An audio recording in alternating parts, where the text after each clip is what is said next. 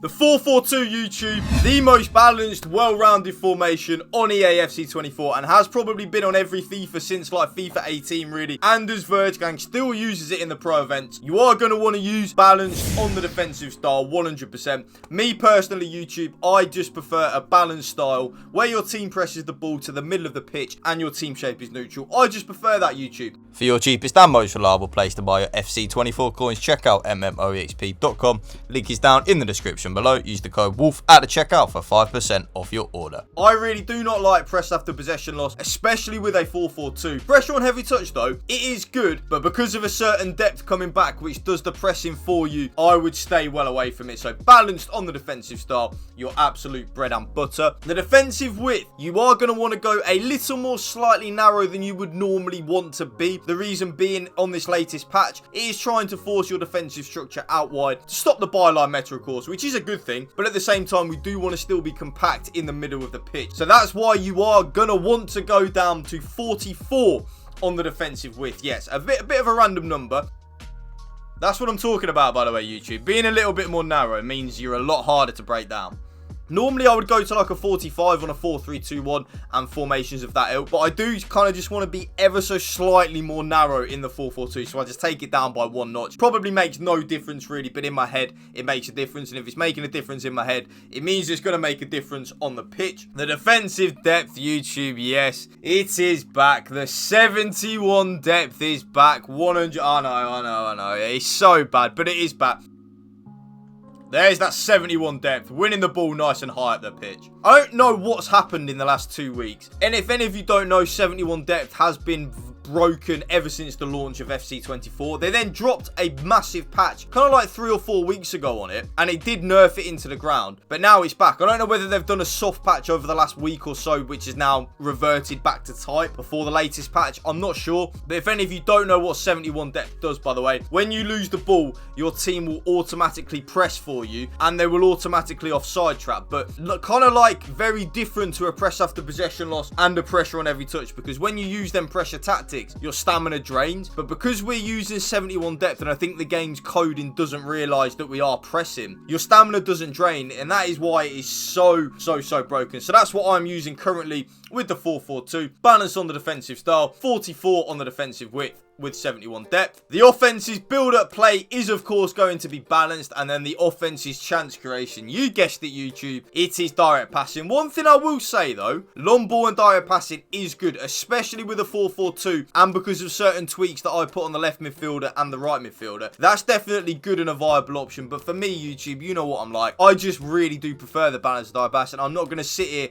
on a custom tactics video and lie to you about things to use. If I'm telling you to use balanced and direct passing, I'm telling you that for a reason, because it is broken and it's the best thing you can use. The offensive width, I actually do go a little bit slightly narrow with the 4-4-2. I take it down from 50 to 45. Basically, the reason for that is I want my left midfielder and my right midfielder to kind of pick up better central positions when we have the ball, rather than them traditionally hugging the touchline. I kind of want them to take up inside number 10 positions, but at the same time, I don't want them to be completely narrow so they're literally right behind my striker. I do want them to kind of be in like that lamb and the ram of a 4-2-2. Very nice. A little bit of a tweak that I made a few weeks ago, and it still works. I really like it. Players in the box, of course, is going to be 7. The way I look at that, YouTube, you know what I'm going to say. The more players that we have in the box, the more likely we are to score a goal, because when we get the ball in the box, we can play the ball to another player, and another player means we're more likely to score. Method to the madness, YouTube. I don't just make things up on the spot. There is method. These are tried and tested. I lower the corners down, of course, from 3 and 3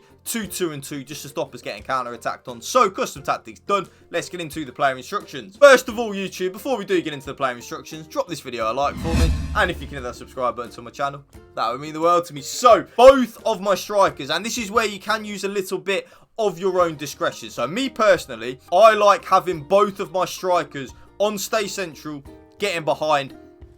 Beautiful.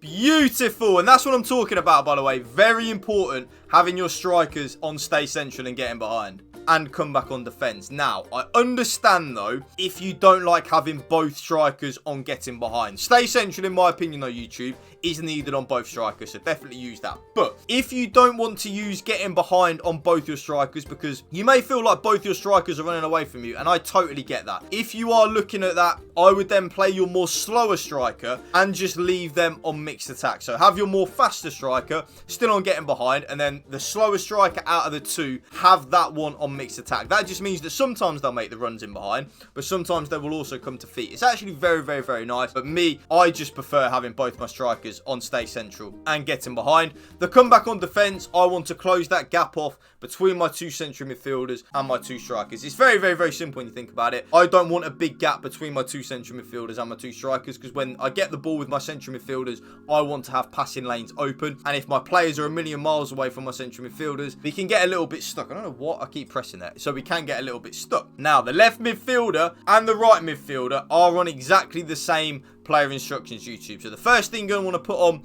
is come back on defense, then cut inside, then get in behind, and then get into the box for cross. And you will see that is exactly the same on my right midfielder. Come back on defense, cut inside, get in behind, and get into the box for cross. The cut inside and the get into the box for cross are so vital in this formation, YouTube. Beautiful. There's the left central midfielder. There's the left midfielder. Exactly what I'm talking about, by the way. Making them penetrating runs inwards. How has he just missed, by the way? But making them penetrating runs inwards that you are so hard to mark because of it.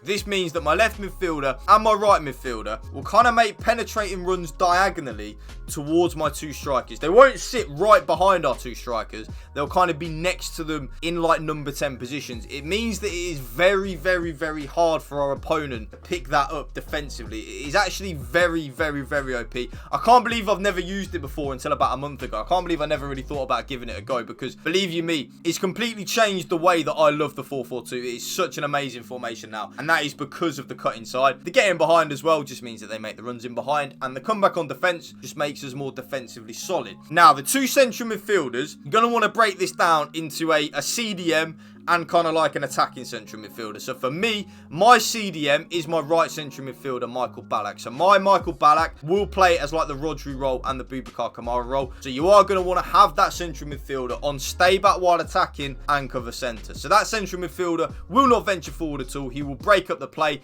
win tackles, and then give the ball to the better players. The left central midfielder, think of this player as kind of like a traditional number 10 player. So this player is going to want to be quite good in the attacking third of the game. So my left central midfielder is on balanced attack, getting to the box for cross and cover centre. Very, very, very important that you have him on getting to the box for cross.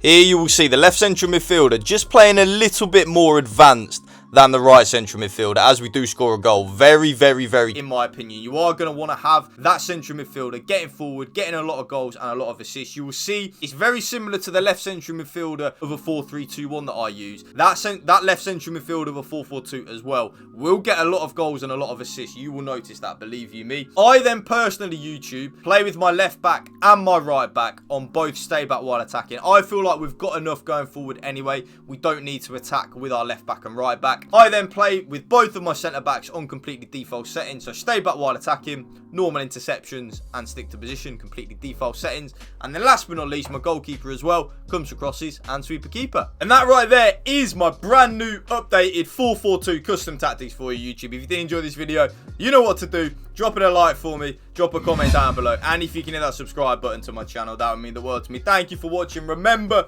spread the love and positivity. PMA, positive mental attitude. Peace out. One love.